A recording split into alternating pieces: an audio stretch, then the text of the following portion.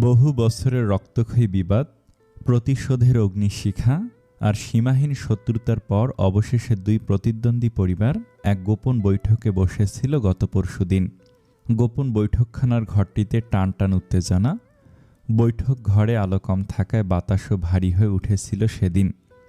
টেবিলের ওপর রাখা অস্ত্রগুলো এক মুহূর্তের অসতর্কতায় বিস্ফোরণ ঘটিয়ে ফেলতে পারত। তর্ক বিতর্ক চলল দীর্ঘক্ষণ। জমি, ব্যবসা বাণিজ্য, মামলা মোকদ্দমা সবকিছু এলো আলোচনার কেন্দ্রবিন্দুতে। কেউ নত হতে চায় না, কেউ পিছু হটতে রাজি নয়। শব্দের আঘাতে দেয়াল কাঁপল, তবু ধৈর্য হারাল না দেওয়ান বাড়ির কেউ। দীর্ঘ আলোচনার পর শত্রুতার গাঢ় অন্ধকার মধ্যে এক ফোঁটা সমঝোতার আলো দেখা গেল। কিন্তু সেই আলো স্থায়ী হবে নাকি নতুন কোনো আগুনের স্ফুলিঙ্গ লুকিয়ে আছে, এর আড়ালে তাও কেউ জানে না। অবশেষে বহু তর্ক বিতর্ক, শর্ত আর পাল্টা শর্তের পর পুরনো শত্রুতা একপাশে সরিয়ে রেখে দুই পক্ষই নতুন করে সম্পর্ক স্থাপনে রাজি হলো। তবেই সমঝোতা নিঃশর্ত নয়, স্বার্থের হিসাব নিকাশে বাধা। এক পক্ষ নিজেদের সুবিধার জন্য প্রস্তাব রাখল, অপর পক্ষে তা মেনে নিল, কিন্তু মনে মনে নিজস্ব হিসাব নিকাশ ঠিক রাখল। তবে উত্তেজনা পুরোপুরি চাপা থাকেনি। মাঝে মধ্যে কথা কাটাকাটি চরমে উঠলে খানবাড়ির পুরুষেরা ক্ষিপ্ত হয়ে অস্ত্র তুলে গর্জে উঠল। কিন্তু দেওয়ান বাড়ির পুরুষেরা নির্লিপ্ত দৃষ্টিতে শুধু তাকিয়ে রইল তাদের দিকে। তাদের অভিব্যক্তিদের কোনো হুমকি নেই, বরং যে অদৃশ্য শাসন লুকিয়েছিল তা খানবাড়ির সদস্যদের কাছে খুব বেশি অপরিচিত নয়। শেষমেশ বয়োজ্যেষ্ঠদের হস্তক্ষেপে খানদের রাগ নিভল, শান্ত হলো, পরিস্থিতি বোঝার চেষ্টা করল। সন্ধ্যা নামার সঙ্গে সঙ্গে বৈঠক শেষ হলো। দীর্ঘ আলোচনার পর বহু বছরের শত্রুতার অবসান টানার আনুষ্ঠানিকতা শুরু হলো। সবাই মিলে কৃত্রিম হাসিতে মুখ রাঙিয়ে হাতে হাত মিলিয়ে জড়িয়ে ধরল একে অপরকে। তা দেখে মনে হলো সব রেষারেষি, হিংসার রক্তের দাগ মুছে গেছে অতীতের পাতায়। আসলে কি তা সত্যি এত সহজে ভোলা যায়? মিষ্টি মুখ করা হলো, পান বিলানো হলো, চারপাশে উৎসবের আমেজে ছেয়ে গেল। কিন্তু সে হাসির আড়ালে চাপা পড়ে রইল এক নির্মম সত্য। দেওয়ান বাড়ির কেউ এই ভণ্ডামির অংশ হতে চায়নি, তবু তাদের বাধ্য হতে হলো, কারণ তারা জানে এই সমঝোতা না হলে তাদের পরিবারের সবচেয়ে বড় দুঃস্বপ্ন সত্যি হয়ে যাবে। দেওয়ান বাড়ির বড় সন্তান এখন খান বাড়ির সন্ত্রাসীদের হাতে বন্দী। সহজ কথায় গুম করা হয়েছে। খানবাড়ির লোকেরা যতই সে কথা অস্বীকার করুক, দেওয়ানদের পক্ষে তা বিশ্বাস করা সম্ভব নয়। তারা জানে এই শর্ত মানতে না চাইলে কি ভয়ঙ্কর পরিণতি অপেক্ষা করছে বন্দির জন্য। তাই আপাতত মাথা নিচু করে, গলায় কাঁপুনি লুকিয়ে, চোখের ভাষা অস্বীকার করে মিষ্টির টুকরো মুখে তুলল তারা। তাদের একটাই লক্ষ্য, যেভাবেই হোক তাদের আপনজনকে সুস্থ শরীরে ফিরিয়ে আনা। দেওয়ান বাড়িতে আজ বিয়ে, রঙিন আলোর ঝলকানি, অতিথিদের কোলাহল, রান্নাঘরে ব্যস্ততা, সব মিলিয়ে হুলস্থুল অবস্থা। কিন্তু যার বিয়ে সেই অনুপস্থিত সকাল থেকে। কোথায় গেছে কেউ জানে না, জানার কথাও নয়, কারণ সে কখনো নিজের সিদ্ধান্তের ব্যাখ্যা দেয় না। গত দুদিন ধরে মুখে বাড়ির এক ফোঁটা খাবার তোলেনি, কারোর সঙ্গে কথা বলেনি, বাপদাদার সামনে আসেনি। ভেতরে ভেতরে আগ্নেয়গিরির মতো ফুঁসছে, অথচ বাইরে থেকে বোঝার উপায় নেই। তার মা যখন কি হয়েছে জানতে চাইলেন, সে সোজাসাপটা বলে দিয়েছে সব ঠিকঠাক, কোনো অহেতুক প্রশ্ন শুনতে চাই না। কিন্তু কোনো কিছুই যে ঠিক নেই তা তার মায়ের চাইতে ভালো আর কে জানে। শৈশব থেকে ছেলেটা অদ্ভুত, তার রাগের কারণ বোঝা যায় না, তার আনন্দের উৎস অজানা। হুট করে খুশি হয়, হুট করে মাথায় আগুন ধরে যায়। বিয়ের কথাবার্তা শুরু হওয়ার পর প্রথম দিকে মা জানতে চেয়েছিলেন, তোমার পছন্দ অপছন্দগুলো জানিয়ে দিলে আমাদেরই সুবিধা হয় কাবির। তোমার বাবা জানতে চাইলেন তুমি কেমন মেয়ে চাও।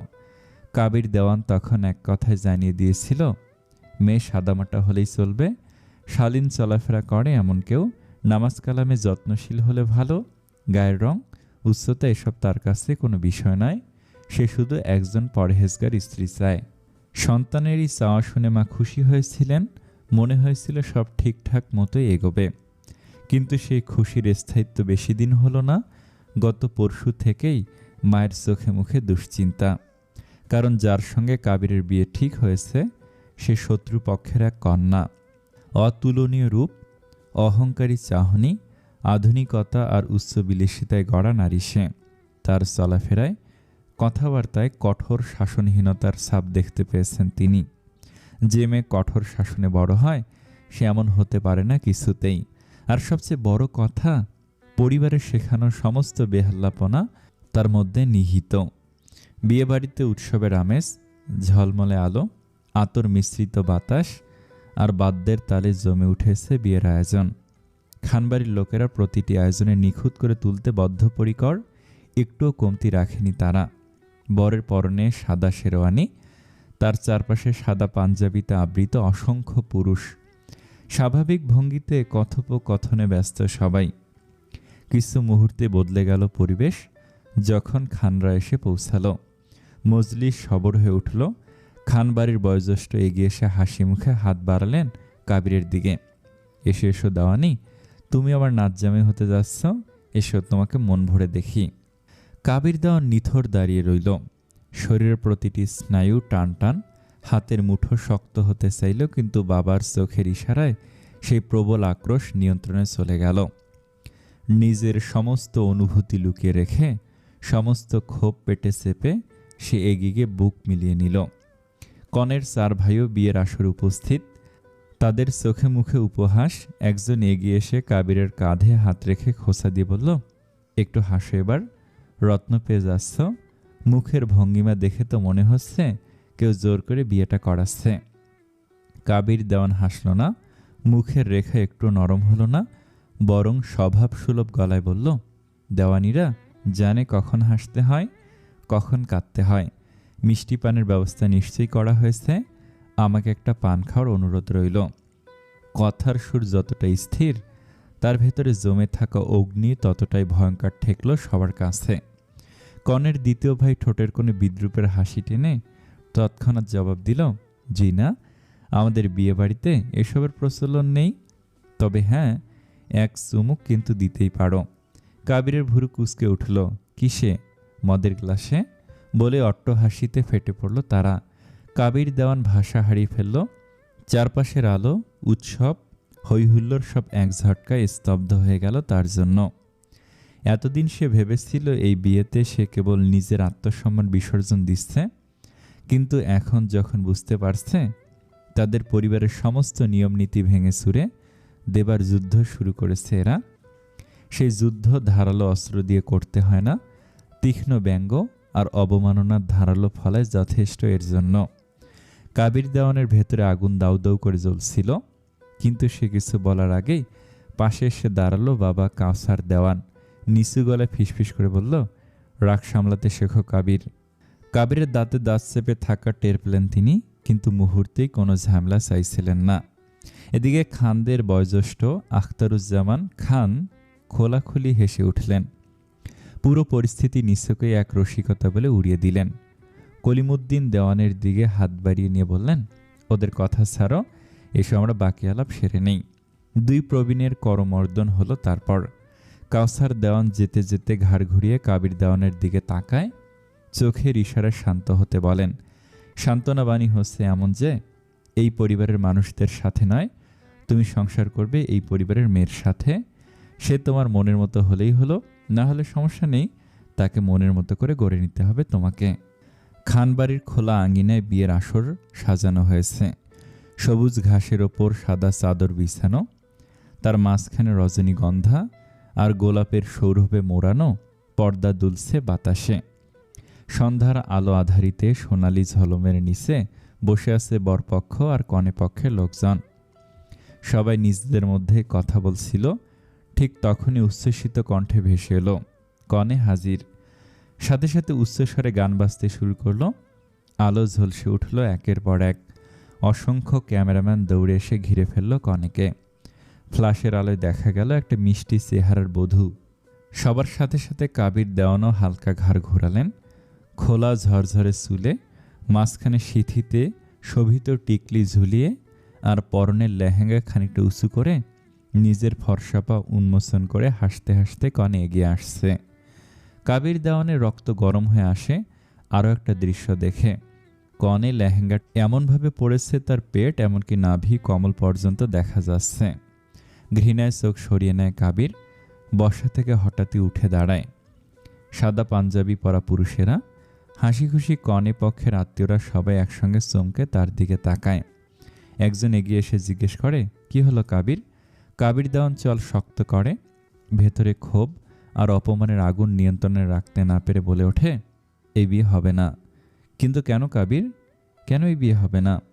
কাবির দেওয়ান আবারও একবার কনের দিকে তাকায়। দৃষ্টি কঠিন, চোখে রাগ আর হতাশা। অথচ কনে সে নিজের জগতে মগ্ন। নানা অঙ্গভঙ্গিতে ফটোগ্রাফারের সামনে পোজ দিচ্ছে, হাসছে, চুলের ঝটকা দিচ্ছে। বরপক্ষ এমনকি বর কারোর দিকেই তার নজর নেই। তার ভাবভঙ্গি বলে দিচ্ছে এই বিয়ে তার কাছে নিছক একটা ইভেন্ট, কোনো পবিত্র বন্ধন নয়। কাবিরের ঠোঁট কাঁপে, বুকের ভেতর ক্ষোভ তীব্র হয়ে ওঠে, কিন্তু ভেতরের কথা খোলস ছেড়ে বের হতে পারে না। এমন বেপরোয়া উচ্ছৃঙ্খল একটা মেয়ের সঙ্গে ঘর বাঁধা অসম্ভব। জীবনসঙ্গী হিসেবে এমন কাউকে পাওয়ার শাস্তি কি তার প্রাপ্য? সে ছোট থেকে আল্লাহর পথেই হেঁটেছে, কোনো বেগানা নারীর দিকে চোখ তোলেনি। কোনো অপরিচিত মেয়ের সঙ্গে অযথা হাসি মশকরা তো দূরের কথা, চোখে চোখ রেখেও কথা বলেনি। নিজেকে সে সযত্নে সংযত রেখেছে, যেন তার হৃদয়ের অনুভূতিগুলো একমাত্র তার স্ত্রী পায়। কিন্তু আজ এই মেয়ে কেন এই প্রতীক্ষিত জীবনসঙ্গী? এমন জীবনসঙ্গীর আশায় তো সে ছিল না। এ বিয়ে হতে পারে না। এমন একটা মেয়েকে স্ত্রী হিসেবে পাওয়া তার জন্য নিয়ামত নয়, অভিশাপ। সে কিছুতেই এই বিয়ে করবে না। কলিমুদ্দিন দেওয়ান খেকে ওঠেন, বিয়েটা হতেই হবে, এছাড়া উপায় নেই। মুরব্বীদের ফায়সালা তোমাকে মানতেই হবে। দেওয়ান পরিবার আর খান পরিবার বহু বছর পর একত্রিত হতে চলেছে। শেষ মুহূর্তে এসে তুমি সব ভেস্তে দিতে পারো না কাবির। কি সমস্যা তোমার? খুলে বলো সবাইকে। কাবির দাদাভাইয়ের দিকে তাকায়, বলে, শেষ বয়সে এসে এমন কাজের সঙ্গী হচ্ছেন যেটা আপনার আখিরাতকে ধ্বংস করে দিতে পারে। এদের সঙ্গে আমাদের আত্মীয়তা যায় না। আমাদের পথ আলাদা, বিশ্বাস আলাদা, চিন্তা ভাবনাও ভিন্ন। আমি এমন বন্ধনে জড়াতে পারবো না যে আমার ঈমান ও মনের শান্তি দুটোই নষ্ট করে দেবে। আমি দুঃখিত দাদাভাই। তার কথা শুনে মুরব্বীরা একে অপরের দিকে তাকান। কেউ কিছু বলতে পারছে না এই মুহূর্তে। এদিকে কনের ভাইরা তাদের আদরের বোনকে ঘিরে হৈহুল্লোড় মেতে আছে। ভাইরা বোনকে ঘিরে নাচছে আর তাদের বন্ধু আর বান্ধবীদের সাথে। কনে সবার মাঝখানে কালো চশমা চোখে লাগিয়ে নেচে চলেছে সুপারস্টার গানের তালে তালে। হাসির ঝড়, গানের তালে তালে নাচ, কারো হাতে মাইক। নাচের ফাঁকে ফাঁকে একে অপরকে ডাকাডাকি হচ্ছে নাচের জন্য। এসব দেখে মোটেও মনে হচ্ছে না এটা কোনো পবিত্র বন্ধনের আয়োজন। বন্ধু বান্ধব আত্মীয় স্বজন সবাই উল্লাসে মেতে উঠেছে। অথচ এমন বেহায়াপনা কাবির স্বচক্ষে এই প্রথম দেখছে, তাও তার বিয়ের দিন। আরও আশ্চর্যের বিষয়, কনের বাবা মাও এই উদ্দাম আনন্দে সামিল। তারাও নাচছে তাদের ভাই বোন, বন্ধু বান্ধব, ছেলেমেয়েকে সাথে নিয়ে। বিয়ের মতো একটা গুরুগম্ভীর ব্যাপারেও তারা এতটুকু ভাবিত নয়। কন্যাদানের গাম্ভীর্য কোথাও নেই, এমন বাবা মাও কখনো দেখেনি বরের মা আর পরিবার। কাবির অবাক হয়ে তাকিয়ে থাকে, মনে হচ্ছে সে ভুল জায়গায় চলে এসেছে। এটা কি সত্যি বিয়ের আসর? তার ভেতরটা জ্বলে ওঠে। আজ এই বিয়েটা হয়ে গেলে নিজের কাছে নিজেই হেরে যাবে সে। খানদের বশবর্তী হয়ে যেতে হবে চিরকালের জন্য। বড় চাচা জানের বাজি রেখেছে তারা। এই শোধ কাবির দেওয়ান তো একদিন ঠিকই নেবে, কিন্তু বিয়ে, এই বেহায়া মেয়েকে সে নিজের জীবনসঙ্গী হিসেবে কিছুতেই কবুল করবে না। কাউসার দেওয়ান কাবিরের সামনে এসে দাঁড়ায়। ঠিক তখনই বলে, তুমি তোমার বড় চাচার লাশ দেখতে চাও কাবির? কাবির সোজাসাপটা বলে, উত্তরটা তুমি নিজেই জানো বাবা। তাহলে বিয়েটা হতে দাও, তারপর অন্য কোথাও গিয়ে বসতে পারবে। আর তাছাড়া ওরা এমনই, বারণ করেও কোনো কাজ হবে না। কিন্তু একটা কথা মাথায় রেখো, ওদের মেয়ে আমাদের বাড়িতে আসছে। কিছু একটা ইঙ্গিত বুঝে কাবির কপাল কুঁচকে ফেলল। কাউসার দেওয়ান চাপা স্বরে বলল, ওরা নিজেরাই সবচেয়ে শক্ত হাতিয়ারটা তোমার হাতে তুলে দিচ্ছে। শক্ত করে ধরো সেটা। আজ ওদের সময়, কাল আমাদের। ধৈর্য হারিও না। কাবির স্তব্ধ হয়ে দাঁড়িয়ে থাকে। সে কখনো এই শত্রুতা, এই বিদ্বেষের মাঝে নিজের জীবনসঙ্গীকে জড়াতে চায়নি। চেয়েছিল একটা শান্ত, সংযত জীবন, যেখানে ভালোবাসা থাকবে, সম্মান থাকবে, বিশ্বাস থাকবে, ভরসা থাকবে। কিন্তু তার চাওয়ার ঠিক উল্টোটা ঘটেছে। সব কিছু এলোমেলো হয়ে গেল। সে গভীর শ্বাস নেয়, মুঠো শক্ত করে, চোখ বুজে আবারও চোখ মেলে তাকায় দূরে নিত্যরত কনের আর তার দস্যি ভাইদের দিকে। বড় চাচা উদ্ধার হোক, তারপর খানদের প্রাপ্য বুঝিয়ে দেবে সে। এরা এখনো জানে না দেওয়ানিরা অন্যায় সহ্য করে না। দেওয়ানিরা রক্তের বদলে রক্ত, খুনের বদলে খুন, অপমানের বদলে অপমান ফিরিয়ে দিতে জানে। শেষে উচ্চস্বরে চেঁচিয়ে ওঠে কনপক্ষের লোকজন, মুখে বাঁশি বাজায় সবাই মিলে। কনে দুহাত মেলে পড়ে যাওয়ার ভান ধরে। তার ভাইয়েরা দ্রুত ধরে ফেলে, হাত তুলে হৈ হৈ করে ওঠে। কনের সাথে সাথেই খিলখিলিয়ে হেসে ওঠে। এরপর এক ঝটকায় সোজা হয়ে দাঁড়িয়ে পড়ে। কালো চশমাটা চোখ থেকে খুলতেই তার দৃষ্টি গিয়ে পড়ে কাবিরের ওপর। কপাল কুঁচকে তাকিয়ে থাকে কিছুক্ষণ। তার ভং দেখে মনে হলো সে কাবিরকে চিনতে চেষ্টা করছে, যেন আগে কখনো এই টুপিওয়ালাকে সে দেখেনি। কাবিরের থুতনি শক্ত হয়ে আসে, চোখের দৃষ্টি আরও তীক্ষ্ণ। আর ঠিক তখনই ঘটে গেল অবিশ্বাস্য ঘটনা, যেটা তার সমস্ত প্রতিরোধ, সমস্ত ধৈর্য চুরমার করে দিল। তার দিকে তাকে বাম চোখটা টিপে দিয়েছে খান বংশের দুলালের ঘরের দুলালি, নির্লজ্জ মেয়ে মানুষ। কাবির স্থির হয়ে গেল, ভারী নিঃশ্বাস পড়ছে। এসব সে সইতে পারছে না। কনের ঠোঁটের কোণে খেলা করা চতুর হাসি আরও ধাঁধায় ফেলে দিল তাকে। সে আর এক মুহূর্ত না দাঁড়িয়ে লম্বা লম্বা পা ফেলে চলে যেতে থাকে। এখানে আর একটা মুহূর্ত থাকলে সে কি করে ফেলবে নিজেও জানে না। রাগ সামলানো দায়, নিজের রাগকে সে বড় ভয় পায়। কাবির একবারও ফিরে তাকায় না। তার পেছন পেছন তার ছোট ভাই বোনেরা ছুটে যেতে যেতে বলে, ভাইয়া এখনই বিয়ে পড়ানো হবে, কোথায় যাচ্ছেন? কাবির কারো কথায় থামে না। শেষমেশ দাদাভাই গর্জে ডেকে ওঠে, কাবির! আর এক পা বাড়ালে কাবির দেওয়ান সেই ডাক শুনে হঠাৎ থমকে দাঁড়ায়। চোখে মুখে তীব্র রাগ, ধীরে ঘাড় ঘোরায়। দাদাভাইয়ের দিকে তার চোখা দৃষ্টি, দাদাভাইয়ের দৃষ্টিতেই আদেশ। সে নিজের রাগ সামলে কনের ভাইয়ের দিকে তাকায়। তাদের ঠোঁটের কোণে উপহাস দেখে বুকের ভেতর আগুন দাউ দাউ করে জ্বলে ওঠে কাবিরের। চল শক্ত হয়ে আসে। অপমানের এই তীব্র দহন ভুলতে পারবে না সে। এই অসম্মানের প্রতিটি হিসেব সে সুদে আসলে চুকিয়ে দেবে, আল্লাহর কসম। সবাই মিলে তাকে শান্ত করায়। বাবা, চাচা, ফুপা, খালু, মামারা 10 জনে 10টা মতামত দেয়। মা ছেলের পিঠে আলতো করে হাত বুলিয়ে বলে, নিজের আগের সাথে যুদ্ধ করাও ইবাদত কাবির। আল্লাহ ধৈর্যশীলদের ভালোবাসেন, একটু সবুর করো বাবা। কাবির শান্ত হয়ে নিজের জায়গায় গিয়ে বসে, ঘাসের দিকে এক দৃষ্টিতে চেয়ে থাকে, কারো কথার জবাব দেয় না। কাউসার দেওয়ানের জ্যেষ্ঠ পুত্র কাবির দেওয়ান আপনাকে 15 লক্ষ টাকার দেনমোহরে বিবাহের প্রস্তাবে সম্মতি দিয়েছেন। তিনি আপনাকে তার জীবনসঙ্গী হিসেবে গ্রহণ করতে প্রস্তুত। আপনি যদি এ প্রস্তাবে সম্মত হন, তবে ইসলামী বিধান অনুযায়ী কবুল বলে আপনার সম্মতি প্রকাশ করুন। কাজী এ কথা বলার সাথে সাথে কনের ভাই, বন্ধু, এমনকি কনে পক্ষের সব লোকজন সব একসাথে বলে ওঠে, কবুল। বরপক্ষের লোকজন আশ্চর্য হলো। কাজী রেগে গেলেন, ধমকে বলে উঠলেন, কি শুরু করেছেন আপনারা? এটা কি রঙ্গমঞ্চ নাকি? সবাই কিছুক্ষণের জন্য চুপসে যায়। কাজীর ধমক শুনে কনের বাবা মা আর ভাইদের কথা মতো স্পষ্টভাবে বলে, কবুল, কবুল, কবুল। বলা শেষে ভাইদের দিকে তাকিয়ে হাসে। ভাইরা বৃদ্ধাঙ্গুলি দেখে বলে, পারফেক্ট। কাজী এবার বরের উদ্দেশ্যে বলে, আমিন খানের কনিষ্ঠ কন্যা আনজিম খানম ইথিকাকে 15 লক্ষ টাকার দেনমোহরে আপনার সাথে বিবাহ দেওয়া হলো, বলুন কবুল। কাবির চুপ, চোখ নিচে রেখে বসে আছে। চেহারার দিকে তাকানো যাচ্ছে না। কপালটা দরদর করে ঘামছে। চোখে মুখে তীব্র জ্বালা, দৃষ্টিতে ক্ষোভ। কাজীর জোরাজুরিতে বাবা আর দাদার দিকে কঠোর দৃষ্টিতে তাকিয়ে চাপা স্বরে বিড়বিড় করল, আমার সমস্ত ইচ্ছে অনিচ্ছে, স্বপ্ন আকাঙ্ক্ষা আজ কুরবানি দিলাম। এই দুই পক্ষের দুলালিকে কবুল করলাম শুধুমাত্র বড় চাচার প্রাণ রক্ষা করার জন্য। নয়তো আমার আল্লাহ জানে আমি অন্তর থেকে এই মেয়েকে কবুল করিনি। বিয়ে সম্পূর্ণ হওয়ার খেজুর বিলানো শুরু হলো। কনের ভাইয়েরা একে অপরকে খেজুর খাইয়ে দেয়। হাসাহাসি করতে করতে কাবিরের দিকে এগিয়ে আসে। কাবির তখন দুহাত পেছনে ভাঁজ করে দাঁড়িয়ে আছে। কনের ভাইদের এগিয়ে আসতে দেখে সে আর এক মুহূর্ত সময় ব্যয় না করে গটগট পায়ে হেঁটে বেরিয়ে যায়। তার গন্তব্য দেওয়ানবাড়ি। কনের ভাই বন্ধুরা সমস্যারে চেঁচিয়ে ওঠে, সিস্টার, তোর বর পালিয়েছে, হা হা হা। কনের সেদিকে পাত্তা নেই, সে ছবি তুলতে ব্যস্ত।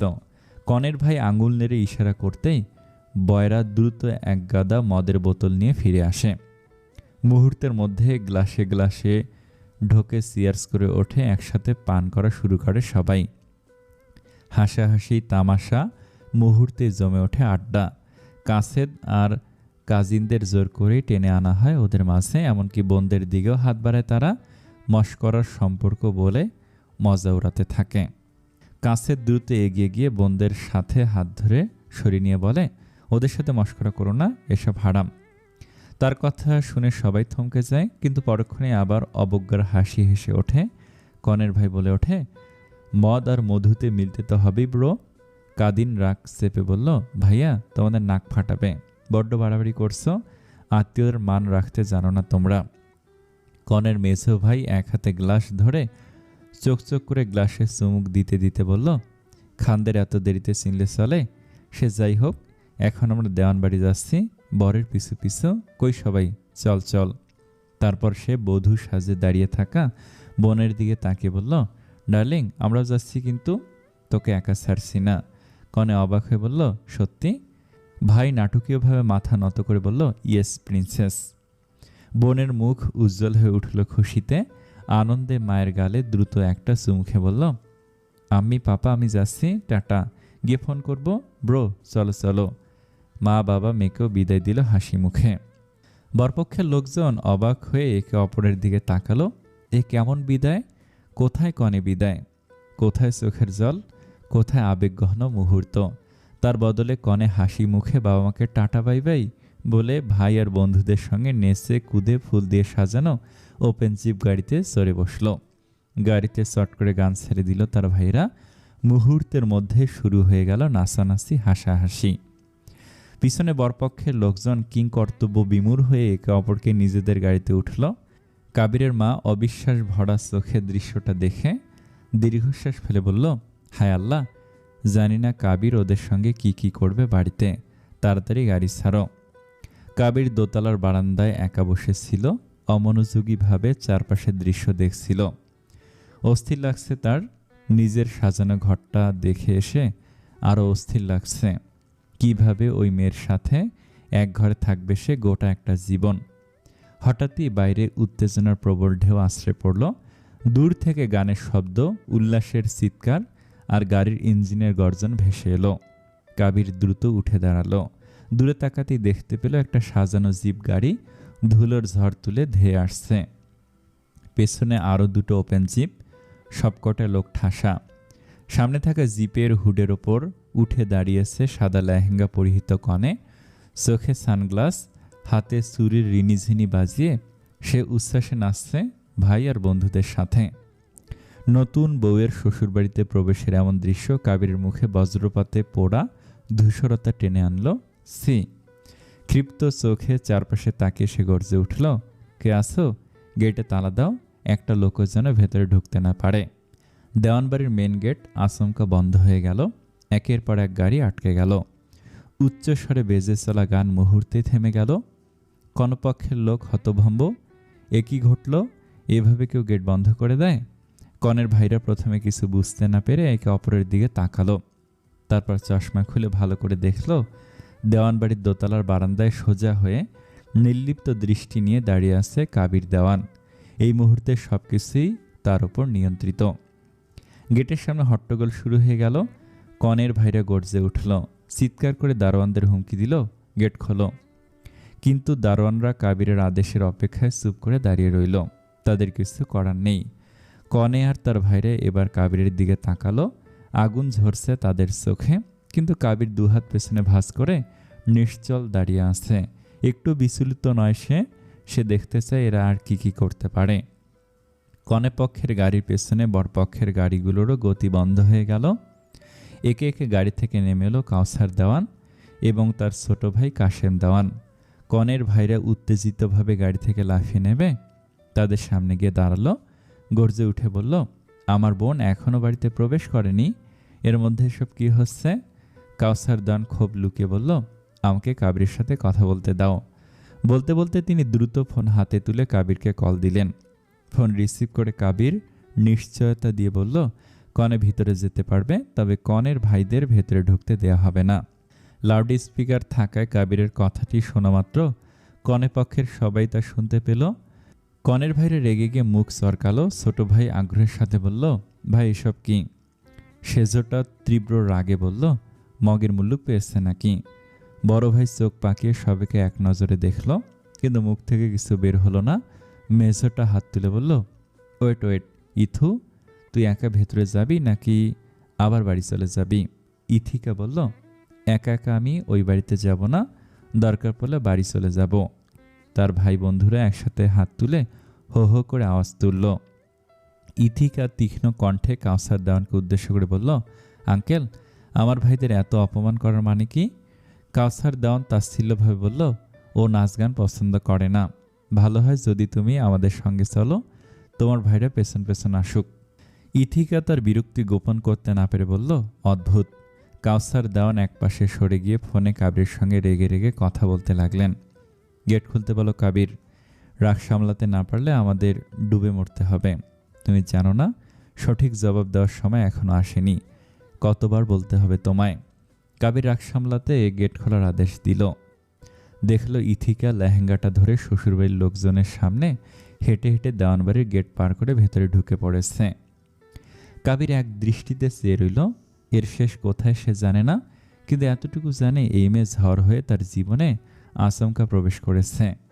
এই ঝড় সব এলোমেলো করে দেবে, সবটা, তার জীবন, এমনকি নিজের জীবনও। কাবির দেওয়ানের পাল্টা জবাব কত ভয়ঙ্কর হতে পারে তার সম্পর্কে বিন্দুমাত্র ধারণা নেই খান পরিবারের। অন্যায়ের সাথে সে কোনোদিন আপোষ করেনি, এবারও করবে না। ইথিকা দরজার সামনে এসে দাঁড়াতেই দরজা খুলে দিল বাড়ির পরিচালকরা। ইথিকা দেখল কাবির দাঁড়িয়ে আছে কিছুটা দূরে, মুখ গম্ভীর, দৃষ্টি অন্যত্র, তার দিকে ভুল করে তাকাচ্ছে না। সে পা বাড়াবে এমন সময় কাবির অন্যত্র তাকিয়ে বলে উঠল, মা, তাকে বলে দাও এই বাড়িতে আমি বেয়াদবি বরদাস্ত করব না, তাকে বাড়ির সমস্ত আদব কায়দা মেনে চলতে হবে, নইলে এই বাড়ি ছাড়া পুরো পৃথিবী পড়ে আছে তার জন্য। ইথিকা বাড়ানো পাটা আর বাড়ালো না, হা করে কাবিরের দিকে চেয়ে রইল। বাড়িতে আসতে না আসতেই টুপিওয়ালার এত হুকুম, এত রাগ, এসব সে সহ্য করবে না কিছুতেই। কাশেম দেওয়ান এসে কাবিরের পিঠে হাত বুলিয়ে বলল, তুই আমাদের সাথে চল, এখানে দাঁড়িয়ে থেকে লাভ নেই, ওরা বউ ঘরে তুলুক। কাবির যেতে চাইল না, জোর করে নিয়ে যাওয়া হলো তাকে। চালাকি করে সরিয়ে নিয়েছে তাকে কাউসার সাহেব। তবে যাওয়ার সময় ইথিকার দিকে একবার তাকিয়েছে, কিন্তু ওই দৃষ্টিতে কি ছিল ইথিকা জানে না। নিজের সদ্য বিবাহিত স্ত্রীর দিকে কেউ এভাবে তাকায়? কাবিরের মা পরিস্থিতি স্বাভাবিক করার জন্য সবাইকে মিষ্টি আর ফুল নিয়ে আসতে বলল। মিষ্টি, মালা আর ফুল নিয়ে আসা হলো। বউকে মালা পরানো হলো, মিষ্টি খাওয়ানো হলো। ননদরা সবাই মিলে ইথিকাকে নিয়ে বাড়ির ভেতরে ঢোকার মুহূর্তেই ইথিকা থেমে গেল। একরাশ জেদ নিয়ে বলল, ভাইয়েরা কোথায়? ভাইয়াদের ছাড়া একা বাড়িতে ঢুকবো না। বড় ভাইয়া, তার ডাক পড়তে দেরি, তার ভাইদের হাজির হতে এক মুহূর্ত লাগল না। সবাই একসঙ্গে লম্বা লম্বা পা ফেলে এমনভাবে এগিয়ে এলো, দেখে মনে হলো বিজয়ী সৈনিকেরা যুদ্ধ শেষে দুর্গ দখল করতে এসেছে। বাড়িতে ঢুকে গপাগপ মিষ্টির প্লেট খালি করে ফেলল, ফুলের মালা ছিনিয়ে নিয়ে একে অপরের দিকে ছুঁড়ে মারল। মুহূর্তের মধ্যে সাদা স্প্রের ফিনকি উড়ে গেল বাতাসে। ইথিকার ননন্দের মাথায় সাদা আস্তরণ পড়ল, তারা বিরক্ত হয়ে সরে পড়ল। উফ, এই বাদরগুলো জ্বালায় আর রক্ষে নেই। কিন্তু কনের ভাইদের এতেই ক্ষান্ত থাকলে হয়। ইথিকাকে নিয়ে সোজা কাবিরের ঘরের দিকে রওনা দিল তারা। বড় ভাইয়া প্রথমে দরজার ফ্রেমে হেলান দিয়ে দাঁড়ালো, বাকিরা একে একে ঘরে ঢুকে ঘুরে ফিরে চারপাশ দেখতে লাগলো। কাবিরের আতর মেখে নাক কুঁচকালো, বলল, ঘ্রাণটা চমৎকার, কিন্তু এসব ভালো মানুষদের জন্য নয়, তাদের বমি পাচ্ছে কারণ তারা ভালো মানুষ নয়। তারপর সাজানো খাটের দিকে তাকিয়ে ইথিকাকে বলল, এটা তোর পছন্দ হয়েছে? ইথিকা নাকের নথ খুলতে খুলতে নাক কুঁচকে বলল, নো, বাসি ফুল দিয়ে সাজিয়েছে, স্মেলটা বাজে। তার কথা শেষ হতে না হতেই ভাইরা ফুলের দিকে ঝাঁপিয়ে পড়ল। খাটের উপর উঠে মেঝেতে ছড়িয়ে দিল পাপড়ির স্তূপ। বড় ভাইটা আরাম করে ডিভানে বসে পা তুলে বলল, চালিয়ে যা। মেঝোটা তার পানির গ্লাস হাতে নিয়ে আদেশ দিতে থাকলো। খাট সাজানো ফুলগুলো ছিঁড়ে ধপাস ধপাস করে বিছানায় শুয়ে পড়ল কয়েকজন। কাবির দেওয়ানের ভাই বোনেরা এসে দেখল সারা ঘর এই দঙ্গল দুরন্ত লোকেদের দখলে। কাছের তাদের শান্ত গলায় বলল, আসলাম ভাই, বড় ভাই এসে এসব দেখলে হুলস্থুল ঘটিয়ে ছাড়বে। আপনারা এসব কি শুরু করেছেন? ইথিকার বড় ভাই আসলাম খান সে কথা কানে তুলল না। তাদের উচ্ছ্বাস দস্যিপনা এক ফোঁটাও কমল না, বরং কনের মেজো ভাই আরজাব খান আর দেমাগ দেখে বলল, ওই গলা নিচে নামা, কুটুম হই তোদের, যা আমাদের আপ্যায়নের ব্যবস্থা কর। কাবিরের বোন কল্পনা বলে উঠল, নেশাখোরদের আবার আপ্যায়ন, এমন জোকার আগে কেউ দেখেছে? আরজাব খান তার দিকে কপাল কুঁচকে তাকালো। তেরে এলে কাসেদ কল্পনাকে পেছনে লুকিয়ে ফেলল। আরজাব খান কাসেদকে বলল, তোদের ভাই বোনকে শিখিয়ে পড়িয়ে দিবি, আমাদের সামনে যেন ওভাবে কথা না বলে, নইলে খবর করে ফেলব। কাদিন দাঁতের দাঁত চেপে বলল, তোমরা এরকম করতে থাকলে তোমাদের বোনের সংসারই নষ্ট হবে। কিন্তু ফুলগুলো ছিঁড়লে কেন? প্রথম দিন এসে এসব কি শুরু করেছ? তোমাদের লজ্জা নেই? বোনের বাসার ঘরে ঢুকে পড়েছ। আরজাব খান ফিক করে হেসে উঠল, তার সাথে সাথে বাকিরাও হেসে উঠল। ইথিকার ভাই সেজোটা হাসতে হাসতে বলল, অজ্ঞান পার্টিকে জ্ঞান বিতরণ করছিস? কিরণ রাগ করে কাদিনকে বলল, ভাইয়া চলো এখান থেকে, এরা সব কটা নির্লজ্জ। ঠিক তখনই কিরণের হাত খপ করে ধরে ফেলল। আরজাব খান বলল, বড় ভাই, এই চয়েসটা কেমন? আসলাম খান চোখ তুলে তাকালো। কিরণ ভড়কে গেল। কল্পনা কিরণকে ছাড়িয়ে নিয়ে বলল, এ আরজাব খান, সাবধান করে দিচ্ছি, এইসব 2 নম্বরই বাইরে গিয়ে করো, আমার বোনদের দিকে নজর দেবে না, লম্পট 2 নম্বরই লোক। আরজাব খান সাথে সাথে তার আঙ্গুল মসলে দিয়ে বলল, বাপের 2 নম্বর ছেলে আমি, 2 নম্বরই কাজ তো করবই। নেশাখোর মাতাল, নেশা মদে হয় না, তোমার কথা শুনলে হয়। ইথিকার সেজো ভাই আশিস এগিয়ে এসে বলল, তোমার নাম কি যেন? তুমি কত নাম্বার, 20 নাকি 30? এখানে তো মেয়ে ছেলের অভাব নেই দেখছি। দেওয়ানিরা বংশবৃদ্ধিতে কিন্তু একেবারে ফাস্ট, বলতেই হবে। তেজ, এনার্জি আর কথার ঢং বেশি ওদের। সাথে সাথে কষে একটা স্বর পড়ল তার গালে। সবাই স্তব্ধ, হতভম্ব। কাদিন আর কাছে হাসল, বেশ করেছে। চরমের কল্পনা দাঁতে দাঁত চেপে বলল, মুখ সামলে কথা বলবি। আশিস খানের গর্জনে কল্পনা পেছাতে গিয়েও শক্ত হয়ে দাঁড়িয়ে রইল। তুই আমাকে চরমালি কোন সাহসে? আশিসকে ধরে রেখেছে তার ছোট ভাই আরিশ খান, কিন্তু তাতে কি যায় আসে? আশিসের চোখ ধাঁধিয়ে গেছে রাগে। কিরণ কল্পনাকে টেনে নিয়ে যেতে লাগলো। আশিস খান বলল, এই কল্পনা, তোর হাত যদি আমি না ভাঙি। কল্পনা ঠোঁটে বিদ্রুপ ফুটিয়ে যেতে যেতে বলল, আরেক গালে চর খাবি? আশিসের মুখ রক্তিম হয়ে উঠল, হাত মুষ্টিবদ্ধ। পাশে দাঁড়ানো আরজাব খান তার কাঁধে হাত রেখে কিছু ইঙ্গিত করল। আশিস গা ঝাড়া দিয়ে সরে এলো, কিন্তু চোখের আগুন নিভল না। ওদিকে দাঁড়িয়ে ইথিকা বিস্ময়ে ফিসফিস করলো কাদিনকে, ওর সাহস কত, ভাইয়ার গালে চর বসিয়ে দিল। কাদিন ঠোঁট বাঁকে বলল, যখন হাত ধরে টানাটানি করছিল তখন কিছু বলনি ভাবি? ইথিকার মুখ শক্ত হয়ে গেল। শক্ত কণ্ঠে বলল, একদম ভাবি ডাকবে না, এইসব সম্বোধন একদম সহ্য হয় না আমার, ট্রাই সামথিং নিউ। কাছেদ পরিস্থিতি সামলে দিতে এগিয়ে এলো, ভাইয়া চলো, বড় ভাই সব বুঝিয়ে দেবে। ইথিকার ছোট ভাই আরিশ খান কাছেদের উদ্দেশ্যে বলল, ওই বড় ভাইয়ের বউ হয়, সম্মান দিয়ে কথা বল। আরিশ খানের কথায় কাছেদ ঠোঁট বাঁকিয়ে সরে যাচ্ছিল, কিন্তু আরিশ তার কাঁধে চেপে ধরতেই কাছেদ আচমকা ঘুরে তার মুখে একটা ঘুষি বসিয়ে দিল। মুহূর্তের মধ্যে পরিস্থিতি বদলে গেল। একে অপরের কলার চেপে ধরে 2 দিক থেকে ঘুষাঘুষি চলতে লাগলো। কাদিন ছুটে এসে কাছেদকে সরিয়ে আনার আগে আরিশ আর একটা ঘুষি খেয়ে টলতে টলতে পেছনে গেল। ইথিকা আতঙ্কে চেঁচিয়ে উঠল, কাবির, কাবির, হেল্প! মারপিট থামল না। আরজাব খান আর কাদিন মিলে শেষমেশ দুজনকে ছাড়িয়ে আনল। ততক্ষণে দুজন অনেক আঘাত পেয়েছে। কাদিন হতাশে মাথা নাড়িয়ে বলল, তোদের সমস্যা এটাই, যেখানে যাস সেখানে লাথি খাস। আরজাব খান সঙ্গে সঙ্গে চেঁচিয়ে উঠল, ওই কে লাথি খায়? কাদিন দাঁতে দাঁত চেপে কাছেদকে নিয়ে বেরিয়ে যেতে লাগলো। যেতে যেতে কাছেদ হুমকি দিল, তোকে পাই আমি। আরিশ ছেড়ে দেওয়ার পাত্র না, কলার ঝেড়ে বলল, বাইকের নিচে চাপা দেব তোকে, শুধু একলা পাই। ইথিকা হতাশে ধপ করে বিছানায় বসে পড়ল। হোয়াট রাবিশ আরিশ, এভাবে কেউ মারপিট করে? আরিশ গম্ভীর মুখে বলল, তোর দেবর আমাকে প্রথম মেরেছে। আরিশ রাগে ফোঁসফোঁস করে বলল, আরে আমাদেরই পিটিয়ে গেল, আমাকে স্যার, ওকে ঘুষি। আসলাম খান চুপচাপ সব শুনছে, কিন্তু কোনো মন্তব্য করল না। আশিস আর আরিশ খান ডিভানে গা এলিয়ে দিয়ে গজগজ করতে লাগলো। এত অপমান তারা নিতে পারছে না। আরজাব খান হঠাৎ ডান হাতের এক আঙ্গুল উপরে তুলে বলল, আইডিয়া। আশিস সঙ্গে সঙ্গে শটান দাঁড়িয়ে পড়ল। কি? আরজাব খান চোখ টিপে হেসে বলল, ওস্তাদদের মার শেষ রাতে। সবার ঠোঁটের কোনায় দ্রুত হাসি ফুটে উঠল। ইথিকা বলল, মেজো ভাইয়া, আমার রেস্ট দরকার, তোমরা থাকবে নাকি চলে যাবে? আরজাব খান বলল, চলে যাব বড় ভাই, চলো। আসলাম খান মাথা দুলিয়ে উঠে দাঁড়ালো, তারপর ইথিকার মাথায় হাত বুলিয়ে দিয়ে বলল, কেউ কিছু বললে আমাদের জানাবি, ওদের মুখ বাঁকা করে দেব। ইথিকা মাথা দুলিয়ে বলল, ওকে। ভাই তার মাথার ওপর ঠোঁট চাপল, বাকিরা মাথায় চাপড় দিয়ে গাল টেনে দিয়ে বেরিয়ে গেল। ইথিকা দরজা পর্যন্ত তাদের বাড়িয়ে দিল, তারপর সাহায্যে সব বিছানে দুহাত মেলে শুয়ে পড়ল। সে সময় নিয়ে চেঞ্জ করবে, তারপর আরাম করবে। কাজের বুয়া ঝিনুককে বলে দিয়েছে সে রাতে কোনো খাওয়া দাওয়া করবে না, তাকে যেন কেউ ডিস্টার্ব না করে। রাত 11:30টার দিকে বাড়ি ফিরেছে কাবির। কারোর সাথে কথা না বলে নিজের ঘরের দিকে চুপচাপ পা বাড়ায়। দরজা ধাক্কা দিল, কিন্তু কেউ দরজা খুলল না। কাবিরের কপাল কুঁচকে যায়। সে দরজা শব্দ করে, কোনো আওয়াজ আসে না।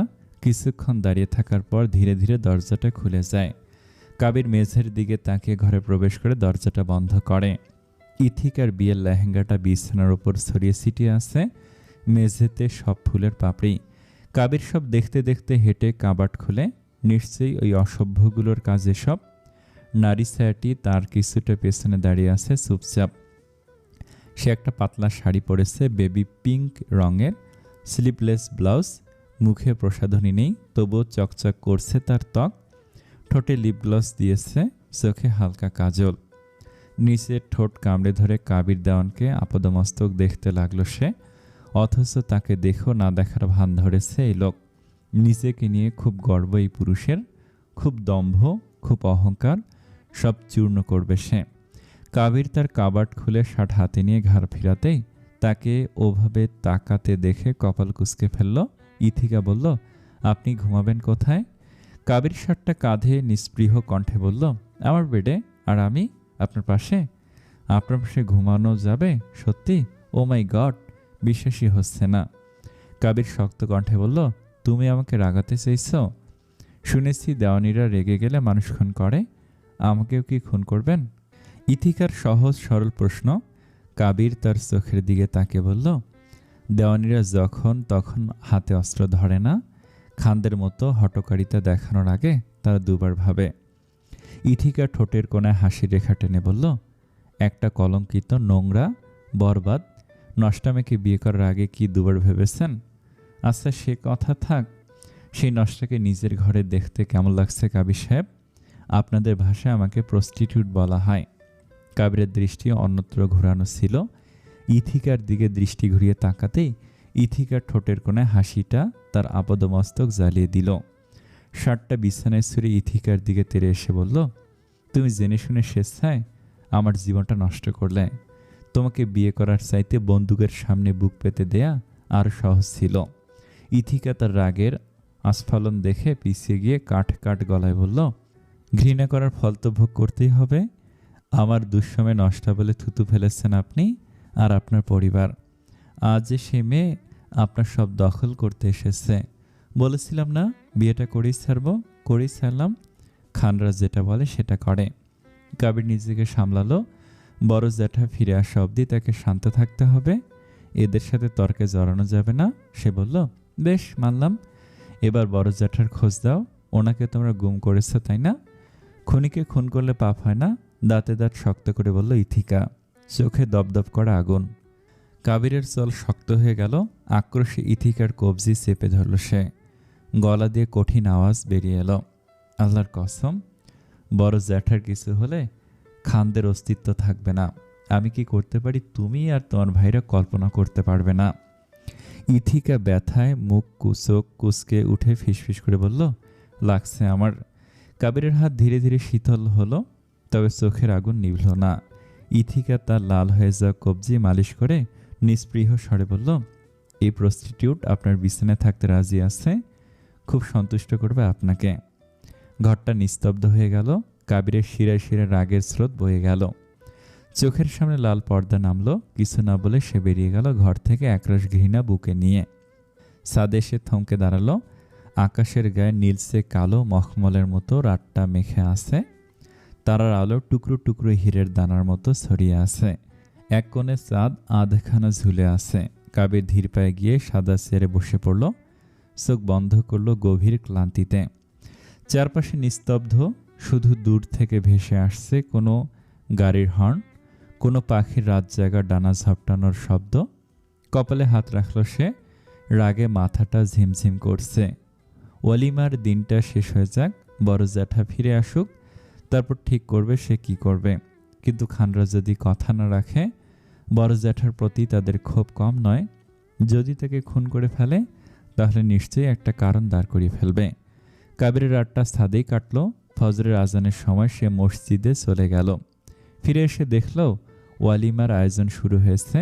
বাবুর্চি আর কষাই চলে এসেছে, গরু জবাই হয়েছে, মাংস কাটাকাটি তদারকি করছে কাসেদ আর কাদিন। কাবির নিজের ঘরে চলে গেল পাঞ্জাবিটা পাল্টাতে। ঘরে এসে ইথিকাকে না দেখে তার কপালে ভাঁজ পড়ল। ও ওই শাড়িতে বাইরে চলে গিয়েছে। বাড়ি জুড়ে হাজারটা মেহমান, তার পুরো শরীর দেখা যাচ্ছিল ওই শাড়িতে। সে তড়িঘড়ি করে ঘর থেকে বের হয়ে কল্পনাকে ডাকবে, এমন সময় ইথিকাকে একটা ট্রে হাতে এগিয়ে আসতে দেখল। গায়ে খয়েরি রঙের শাড়ি, ফ্লোরাল ফুলহাতা ব্লাউজ, মাথার চুলগুলো খোলা। ট্রে নিয়ে কাবিরের পাশ দিয়ে যেতে যেতে চোখ টিপে দিয়ে বলল, আপনি জিতেছেন নিঃসন্দেহে। কাবির হকচকিয়ে গিয়ে সেখান থেকে চলে গেল। মায়ের ঘরের পাশ দিয়ে যেতে যেতে বড় ফুপির মুখে শুনল, কত বড় বেয়াদব মেয়ে দেখেছ, কাবিরের নাম ধরে ডাকছে। ওর ভাইয়ের বয়সী জামাইকে নাম ধরে ডাকা, আর ছাড় দিলাম, কাল আর ছাড় দেব না, কত বড় বেয়াদব মেয়ে। ওদিকে দুপুর না হতেই দেওয়ানবাড়ির সামনে আবারও হইচই শোনা গেল। খানরা এসেছে তাদের 14 গোষ্ঠী নিয়ে। বিয়েটা শুক্রবার রাতে হয়েছে। শনিবারে ওয়ালিমা। জোহরের নামাজ পড়তে মসজিদে গিয়েছে কাবির আর তার আত্মীয় স্বজনেরা। বাড়িতে তখন নাচগান চলছিল। ক্যামেরাম্যানরা ঘিরে রেখেছে বউ আর বউয়ের ভাই বন্ধুদের। হঠাৎ কেউ একজন বলল, দেওয়ানিরা চলে এসেছে, এসব বন্ধ করো। ইথিকা ভালো মেয়েদের মতো চুপচাপ বসে রইল তার ভাই আর মা বাবাদের মাঝখানে। তাদের ফ্যামিলি ফটো তোলা হচ্ছে। কাবির বাড়িতে প্রবেশ করা মাত্র ইথিকার চোখ পড়ল তার ওপর। কাবির চোখ সরিয়ে কাসেদকে ডেকে বলল, খাওয়ার টেবিলে গিয়ে তদারকি কর, এখানে এসব দেখে লাভ নেই। আজ যেন কোনো ঝগড়া না হয়, কালকের সব ঘটনা আমার কানে এসেছে। কাসেদ মাথা দুলিয়ে চলে গেল। কল্পনা কি একটা বলতে আসছিল কাবিরকে। তখনই ইথিকা এসে কল্পনা হাত ধরে বলল, চলো আমার সাথে ছবি তুলবে, কিরণকেও ডাকো। কল্পনা কিছু বলার আগে সে টানতে টানতে নিয়ে গেল। কল্পনা ইতস্তত বোধ করল কাবির উপস্থিত থাকায়। ছবি তোলা শেষ হতে না হতেই ইথিকার মেছাভাই বলে উঠল, এই ইথু, সবাইকে নামতে বল। বলতে দেরি বন্ধু বান্ধব নিয়ে স্টেজের ওপর লাফিয়ে উঠে যেতে দেরি করেনি। কল্পনা কিরণকে নিয়ে দ্রুত সরে পড়ল, মনে মনে 101টা গালি দিয়ে। তখনই আরজাব খান পেছন থেকে বলল, অ্যাট্রাকটিভ। কল্পনার কিরণ ফিরেও তাকালো না। বিরক্ত হয়ে একটা চেয়ার টেনে বসতে যাবে। আশিস এসে লাথি দিয়ে চেয়ারটা হালকা সরিয়ে দিতেই কল্পনা ধপ করে নিচে পড়ে গেল। আরজাব খান আশিসকে ফ্লাইং কিস ছুড়ে দিয়ে কিরণ আর কল্পনার দিকে তাকে হেসে বলল, সো স্যাড। ইথিকা দেখল কাবির রক্তচক্ষু নিয়ে তাকিয়ে আছে আশিসের দিকে। ইথিকা সাবধান করার আগে কাবির চেঁচিয়ে উঠে আঙুল তোলে, এই দাঁড়া, তোর সাহস কত?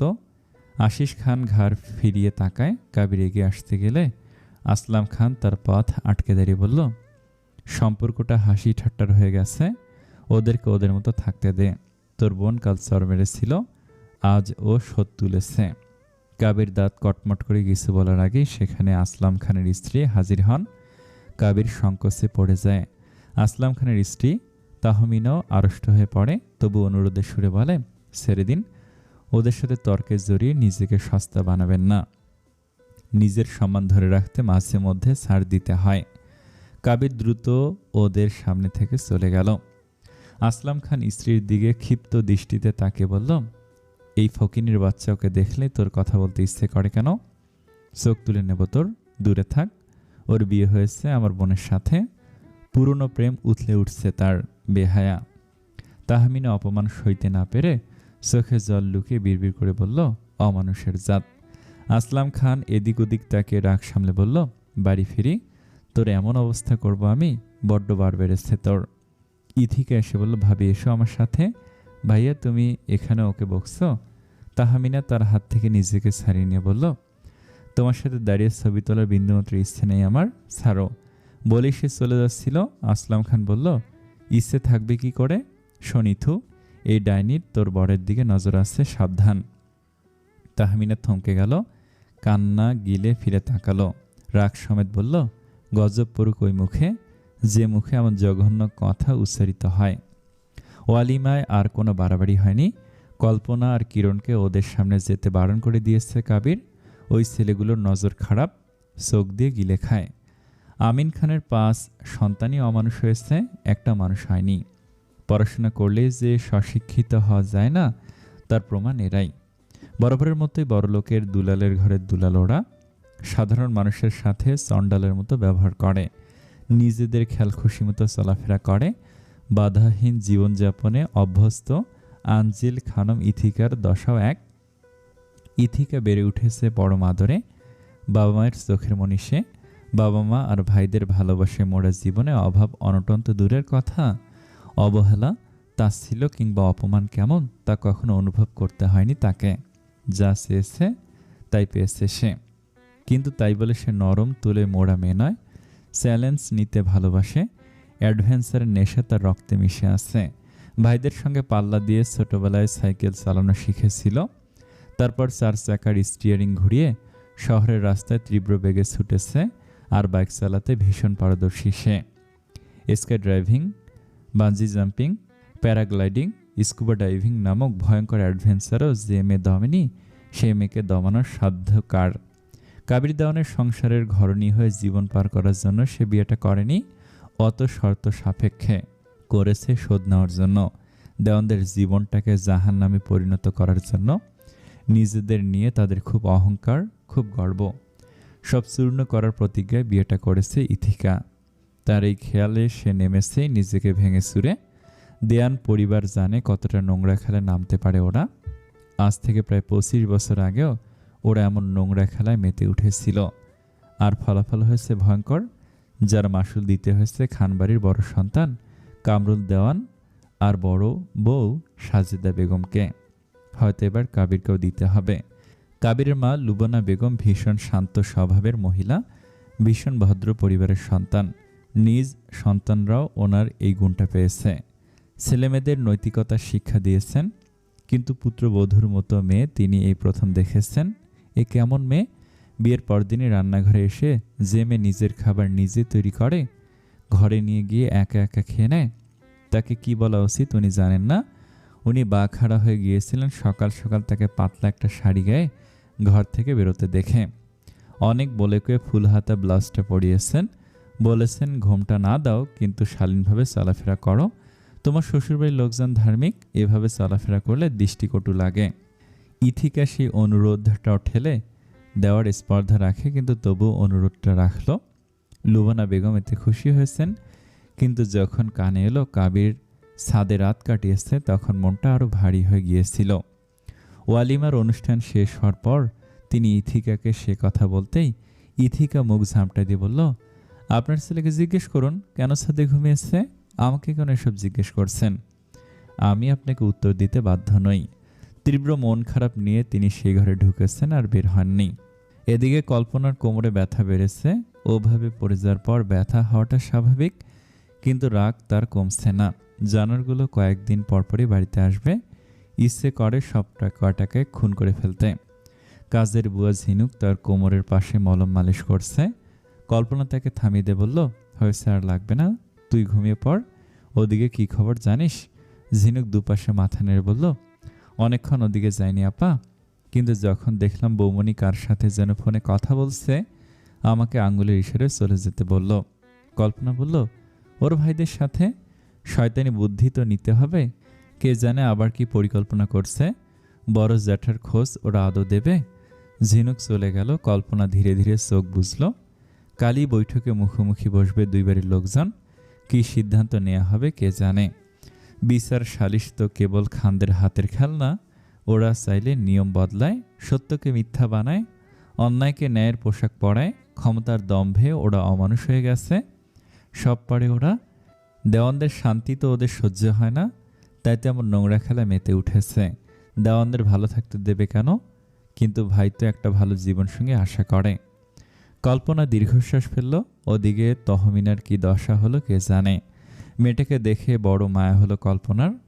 একে তো বরাবরই ভাইয়ের পাশে ভেবে এসেছিল সে। কত শত স্বপ্ন দেখেছিল তহমিনা, মজা করে তাকে ননদিও ডাকত। তারপর কি যেন কি হয়ে গেল। আল্লাহ কেন যে কপালে ভাইয়াকে না রেখে একটা অমানুষ জুটিয়ে দিল। কল্পনা দম বন্ধ হয়ে আসে এই ভেবে নিজের সমস্ত স্বপ্ন জলাঞ্জলি দিয়ে একটা অমানুষের ঘর করছে তহমিনা। সব জেনে শুনেও ভাইয়া কিছু করতে পারেনি। সব পথ বন্ধ করে দিয়ে খানরা মজা লুটছে ঠিকই। কতটা নিচু ওরা। কল্পনা মনে প্রাণে বিশ্বাস করে এমন একটা দিন আসবে যেদিন ওদেরও সব পথ বন্ধ হয়ে যাবে, পালানোর রাস্তা থাকবে না। মার খেয়ে তহমিনা বিছানায় কুজো হয়ে শুয়ে আছে। তার 3 বছরের বাচ্চা ছেলেটা কাঁদছে। কান্নার আওয়াজ যে শুনে আসলাম খান ঘরে এলো, বলল, তোমার সমস্যা কি? আর দুটো চর দেব, ওকে কোলে নাও। তহমিনা মাথা তুলো না, তার মুখটা দেখা যাচ্ছে না, গালে 5 আঙ্গুল বসে গেছে। আসলাম খান শেষমেশ বিরক্ত হয়ে বাচ্চাটাকে কাঁধে তুলে বেরিয়ে গেল। আরিশকে ডেকে বলল, বাবুকে নিয়ে যা। আরিশ তাকে কোলে নিয়ে চলে গেল। চাচাদের পেলে তার আর কাউকে লাগে না। আসলাম খান ফের ঘরে এসে তহমিনার হাত ধরে টেনে তুলল। তহমিনার মনে হচ্ছে তার দাঁত নড়ে গেছে। এত জোরে কোনো মানুষ চড় দিতে পারে না, এরা অমানুষ। সে মেঝেতে থুতু ফেলল, সব রক্ত। আসলাম খান মেঝেতে রক্ত মাখা থুতু দেখে বলল, দাঁতে কি হয়েছে? তহমিনা বলল, আপনি আমাকে মেরে ফেলছেন না কেন? আসলাম খান বলল, গলার আওয়াজ নিচে, তুমি কাল তোমার বাপের বাড়ি চলে যাবে, আমার ছেলে আমার কাছে থাকবে। আপনার মুখে দুইটাই ভালো মানায়। ফকিন্নিদের ভালো ব্যবহার সহ্য হবে কেন? তহমিনা দেয়ালে কপাল ঠুকরে বলল, আল্লাহ তুমি আমার মরণ দাও না কেন? আসলাম খান তাকে থামিয়ে কষে আরেকটা চর বসালো গালে। তহমিনা সজোরে কেঁদে উঠল, বলল, আপনারা পুরো পরিবার মরবেন একসাথে, আমার কথা মিলিয়ে নেবেন। ইথিকার সাথে তর্ক লেগেছে বড় ফুপুর। কথায় কথায় বড় ফুপু বলল, নষ্টামে, তোমার চাইতে ফুটপাতে পড়ে থাকা ভিখারি মেয়েগুলোরও দাম আছে। ইথিকা স্তব্ধ হয়ে গেছে। বড় ফুপু বলল, তোমার চাইতে আমাদের বুয়া ঝিনু অনেক দামি, বুঝলে? তুমি একটা নষ্টামে, নষ্টামি করে শেষমেশ ওই ছেলেকে বাপ ভাইয়ের হাতে মারালে, আর এখন এসেছ আমার কাবিরের জীবনটা নষ্ট করতে। ইথিকা বলল, আপনি সীমা ছাড়িয়ে যাচ্ছেন। বড় ফুপু বলল, একদম চুপ, এটা তোমার বাপের বাড়ি নয়, এই বাড়িতে তোমার মর্জি মতো চলাফেরা করতে পারবে না। পরিস্থিতি উত্তপ্ত হচ্ছিল। কল্পনা আর কিরণ মিলে বড় ফুপুকে সরিয়ে নিল কোনো মতে। ওদিকে ইথিকা ঘরে গিয়ে জিনিস ভাঙচুর করে কেঁদে কুটে বড় ভাইদের সব বলে দিয়েছে। তার বড় ভাই বলল, ওদের এত বড় সাহস, তোর সাথে কাজের বুয়ার তুলনা দেয়। ইথিকা বলল, আমি কি করব এখন? আমার রাগ কমছে না, ওই মহিলাকে আমার খুন করতে ইচ্ছে করছে। আরজাব খান ফোন কেড়ে নিয়ে নিজের কানে ধরল, বুড়ির ভাইকে জবাই করব, কাল সকালে লাশ যাবে ওদের বাড়িতে, 2 দিন যেতে না যেতে অপমান। কথাবার্তা চলছিল, ঠিক তখনই দরজা ঠেলে কাবির ঘরে ঢুকল। ইথিকা ফোন কেটে দিল। গাল মুছে স্বাভাবিক ভঙ্গিতে বসে থাকলো বিছানায়। কাবির আলতো হাতে বিছানায় একটা প্যাকেট রাখলো, বলল, আমার বন্ধু দিয়েছে নতুন বইয়ের জন্য, ও আসতে পারিনি, উপহার পাঠিয়েছে।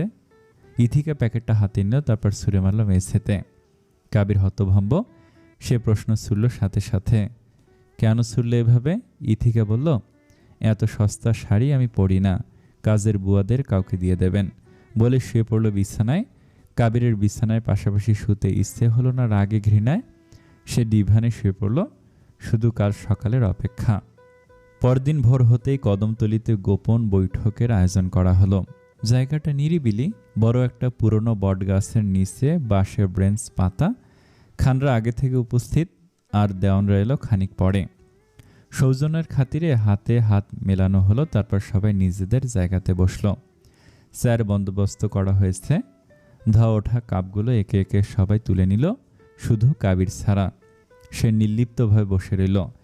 আসলাম খান ঠোঁটের কোণে বিদ্রুপের হাসি টেনে বলল, বিষ মেশাইনি, নিশ্চিন্তে খেতে পারিস। কাবির তাকালো না, কোনো উত্তরও দিল না, শুধু কাদিনের দিকে চোখের ইশারে কিছু বলল। তারপর আবার নরম সবুজ শিশির ভেজা ঘাসের দিকে তাকিয়ে থাকল। মাথার ওপর ছায়া ফেলেছে বিশাল গাছের ডালপালা, বাতাসে পাতাগুলো হালকা দুলছে। ঠিক তখনই দূর থেকে ভেসে এলো পায়ের আওয়াজ। আশিস খান আর আরিশ খানের মাঝখানে ধীর গতিতে এগিয়ে আসছে ইথিকা। তার গায়ে একটা সাদা শাল জড়ানো, বাতাসে শালের প্রান্ত দুলছে। মুখের দুপাশে দুগাছি চুল উঠছে হালকা হাওয়ার সাথে, কিন্তু সে সামান্যতম বিচলিত নয়। চোখে কাঠিন্য, মুখে অদ্ভুত গাম্ভীর্য। তাকে দেখে কাবিরের মুখে একটু ভাবান্তর এলো না, কিন্তু তার চোখ দুটো খানিকটা সংকীর্ণ হয়ে গেল। ইথিকা এসে বাবার চেয়ারের পেছনে দাঁড়ায়, বুকে হাত ভাঁজ করে। কাবিরের সঙ্গে চোখাচোখি হলো। কালো পাঞ্জাবি গায়ে বসে আছে সে, নিজস্ব দম্ভ নিয়ে। গলায় সাদা মাফলার ঝুলি একপাশে তুলে দিয়েছে। মুহূর্তখানেক স্থির দৃষ্টিতে তাকিয়ে থাকলো দুজন, তারপর একসাথে চোখ সরিয়ে নিল। স্বামী স্ত্রী হলেও এখন তারা একে অপরের শত্রু। স্বামী স্ত্রী হিসেবে একে অপরকে কবুল করেছে, কিন্তু মিত্র হিসেবে নয়। এই সম্পর্কের ভবিষ্যৎ কি, শেষ কোথায়? এক ছাদের নিচে থাকলেও তারা কোনো দিন একে অপরের মিত্র হতে পারবে না। মনে ঘৃণা পুষে সংসার হয় না। সংসার মানে বোঝাপড়া, মানিয়ে নেয়া। কিন্তু যখন সম্পর্কের ভিত্তিতেই শত্রুতা, তখন সে বোঝাপড়া সম্ভব হবে কি করে? কাবির নিঃশব্দে একটা দীর্ঘশ্বাস ফেলল। তাদের আলোচনা গড়ালো জমিজমার পুরনো বিরোধে, খান আর দেওয়ানদের সেই দীর্ঘদিনের দ্বন্দ্বে। আখতারুজ্জামান খান ও কলিমুদ্দিন দেওয়ানের বাবা ছিলেন একজনই, কিন্তু মা আলাদা। মায়ের পদবি ব্যবহার করা শুরু করেছিল তারা মায়েদের সিদ্ধান্তে। বাবার মৃত্যুর পর 2 মাস যে দ্বন্দ্বের আগুনে জ্বালিয়েছিলেন, তা এখনও দাউ দাউ করে জ্বলছে উত্তরসূরিদের হৃদয়ে। খানরা বরাবরই দাবি করে এসেছে দেওয়ানরা অন্যায়ভাবে বেশি জমি দখলে রেখেছে, অথচ বাস্তবে প্রতাপের দিক থেকে খানরাই এগিয়ে। ক্ষমতা, প্রতিপত্তি সবকিছুই তাদের হাতে, কিন্তু তবুও জমির লোভ ত্যাগ করতে পারেনি তারা।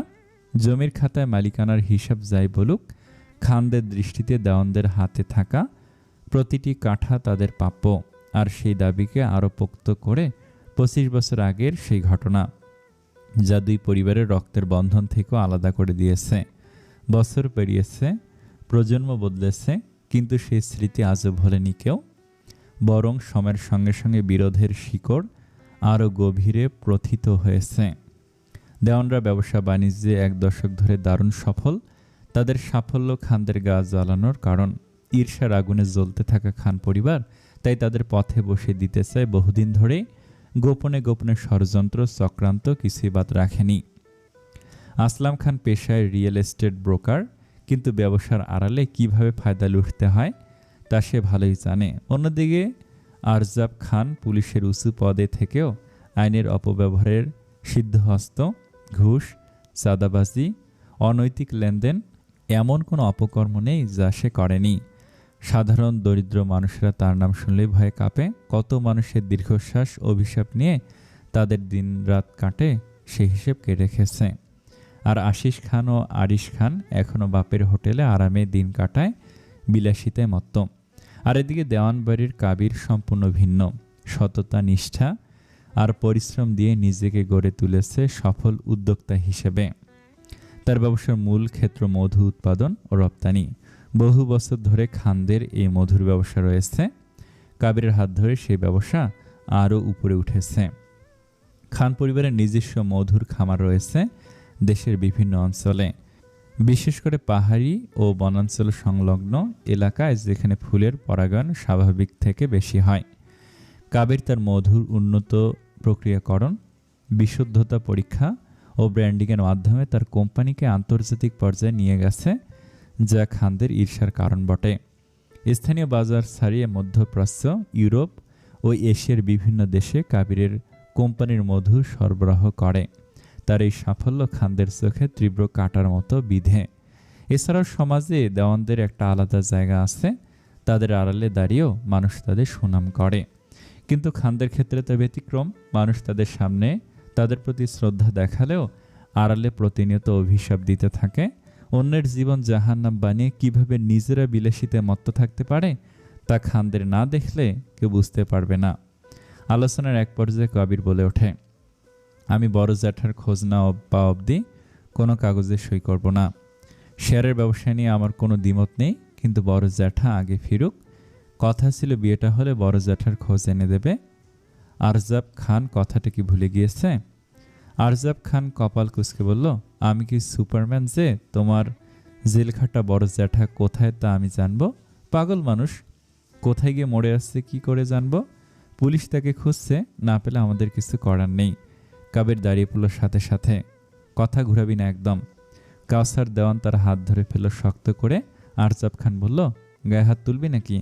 কাবির বলল, হাত নোংরা করতেও আমার আলসামি আছে, কিন্তু যা বলছি সেটা শুনে রাখ। বড় জ্যাঠার যদি কিছু হয় তাহলে আমি কাউকে ছাড়ব না। আসলাম খান বলল, আমার ফুপুকে মারছে তোর জ্যাঠা। কাদিন বলে উঠল, আর আমার মাকে তোমার ফুপু মেরেছে। আসলাম খান গর্জে বলল, প্রমাণ দেখা। তোর জ্যাঠা আমার ফুপুকে প্রকাশ্যে গুলি করে মেরেছে। তোর মাকে ফুপু মেরেছে, এটার প্রমাণ কোথায়? তোর মাকে তোর বাপই মেরেছে, তোর পাগল বাপ। কাদিনের রক্ত টকবক করে ফুটতে থাকে। বয়োজ্যেষ্ঠ আখতারুজ্জামান খান হাত তুলে চেঁচিয়ে বলল, থামো সবাই, কি শুরু করলে? এরকম করতে থাকলে শত্রুতা বাড়তেই থাকবে। কলিমুদ্দিন, তুই কি চাস তা তোর ছেলে আর নাতিদের বলে দে। বৃদ্ধ কলিমুদ্দিন দেওয়ান কাবিরকে বলেন, কাগজে সইখানা করে দাও দাদু ভাই। কাবির নিজ সিদ্ধান্তে অটল। অসম্ভব, আমি একটা সই করব না। এদের আমি একদণ্ড বিশ্বাস করি না। যারা মানুষের জীবন নিয়ে ছিনিমিনি খেলতে পারে তারা সব কিছু করতে পারে। বড় জ্যাঠাকে সুস্থ স্বাভাবিক অবস্থায় না পাওয়া অবধি আমি কোনো কাগজে সই করব না। ইথিকা বলল, আপনার জেদ ছাড়ুন, যা বলছে তাই করুন, শুধু শুধু কেন ঝামেলা বাড়াচ্ছেন? তার কথা শেষ হওয়ার আগেই কাবির গর্জে উঠে বলল, এই চুপ, আমাকে তোমার গোলাম ভেবেছ? তোমার কথা কেন শুনবো আমি? একদম পণ্ডিতগিরি দেখাবে না। তোমার কি কাজ এখানে? হ্যাঁ? সবাই কেঁপে উঠল। ইথিকা চুপসে গেল। তাকে এইভাবে বলতে পারলো? কাউসার সাহেব কাবিরের উদ্দেশ্যে বলল, কাবির শান্ত হও, আমরা অন্য প্রসঙ্গে যেতে পারি। এভাবে কোনো কিছুর সমাধান হবে না। কাবির বহু কষ্টে শান্ত হয়ে বসল। দুই পরিবারের মধ্যে চুক্তি হয়েছে বিয়ের আগে। এই চুক্তির মধ্যেই বহু হিসাব নিকাশ, পুরনো দ্বন্দ্বের আপোষ আর ভবিষ্যতের মোড় ঘোরানোর গোপন চাল লুকিয়েছিল, তা বুঝতে পেরেছিল দেওয়ানরা। কিন্তু তারপরও মত দিতে হয়েছিল বড় জ্যাঠাকে জেল থেকে ছাড়াতে।